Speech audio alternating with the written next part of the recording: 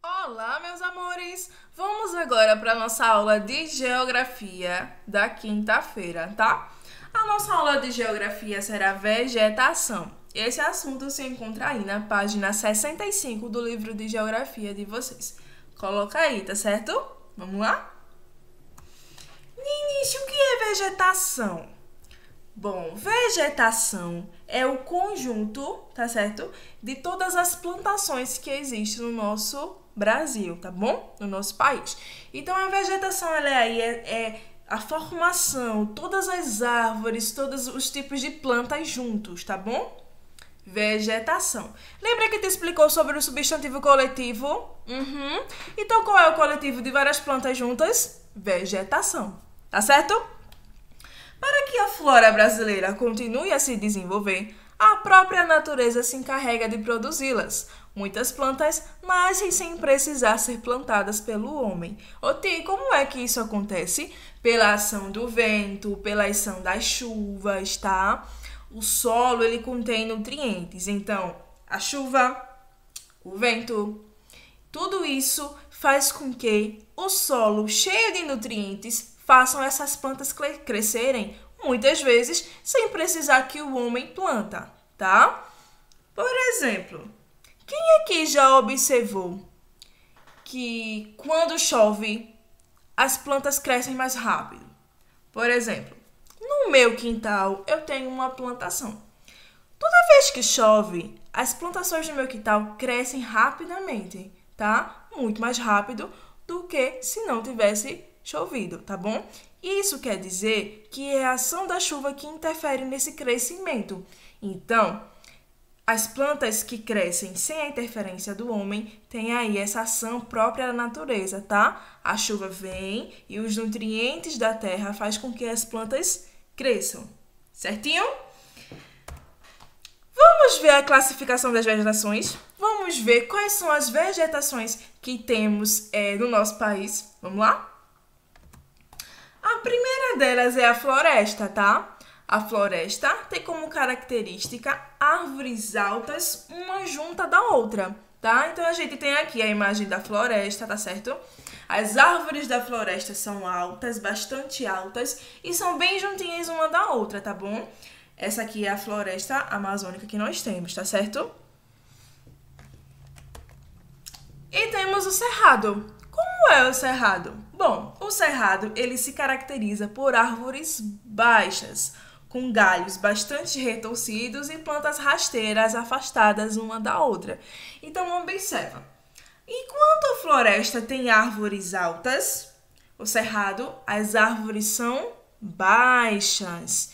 Enquanto na floresta as árvores são bem juntinhas, no cerrado as árvores são afastadas uma da outra. Olha só, uma árvore aqui e a outra já vem aqui, ó, bem afastadinha uma da outra. Então, o cerrado, ele é caracterizado por árvores baixas, tá bom? Galhos distorcidos, como assim? Observa que o galho dessas árvores, eles não são retos, como a gente costuma ver. Então, os galhos das árvores do cerrado são bastante distorcidos, ou seja, são bem um pouco tortinhos, tá bom? Então, árvores do cerrado são baixas, tá bom? Afastadas uma das outras e tem os galhos aí um pouco tortinho, tá certo? Vegetação litorânea. No litoral, a vegetação é bastante variada. Por que a vegetação é bastante variada?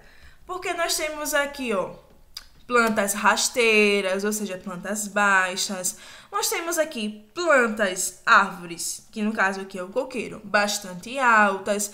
Temos plantas estilo campo, que nós vamos entender agora daqui a pouquinho, tá certo? Que é uma vegetação de campo.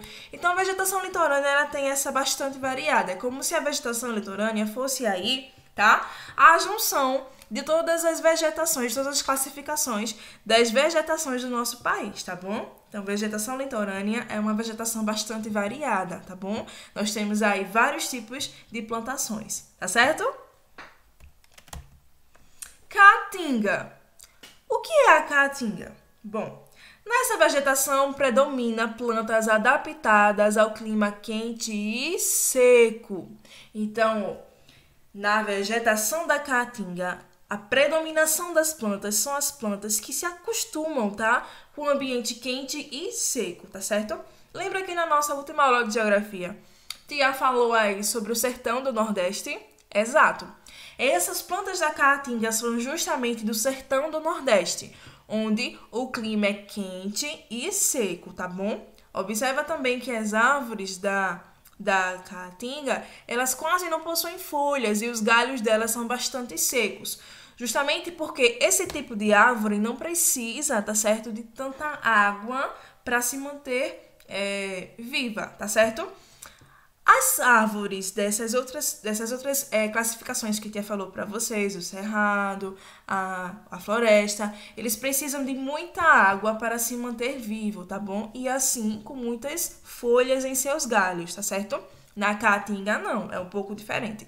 As árvores da caatinga, elas não precisam de tanta água, tá bom? Por isso que são plantas de ambiente quente e seco, porque não terá água para ela se manter viva. Então, essas plantas, elas se adaptam, tá bom?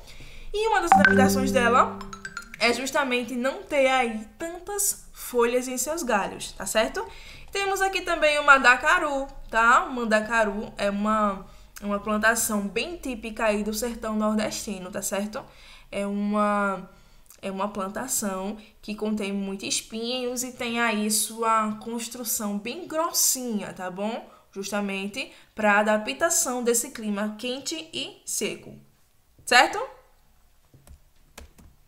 Pantanal. O que é o Pantanal? Bom, nesse tipo de plantação, podemos encontrar campos, plantas do cerrado, diversos tipos de palmeiras e entre outras.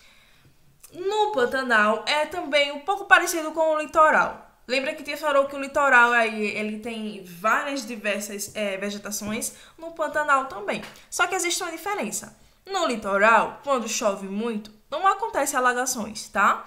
No Pantanal acontece. Quando as chuvas vêm muito, muito forte, então o Pantanal ele alaga aí, deixando toda a sua extensão com água, alagado, tá bom?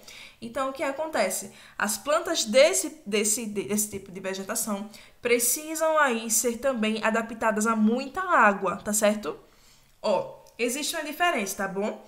Existem plantas em que elas conseguem sobreviver com uma quantidade de água, tá? Então, se você colocar mais água do que ela necessita, ela também não vai sobreviver.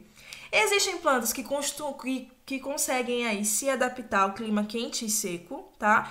E existem plantas que precisam de muita, muita, muita água. E essas plantas são exatamente as plantas do Pantanal. Porque o Pantanal, ele alaga com muita frequência, tá? Ele enche de água com muita frequência. Então, as plantas do Pantanal são diversificadas, sim, mas elas precisam ser aí adaptadas a receber muita água, tá certo?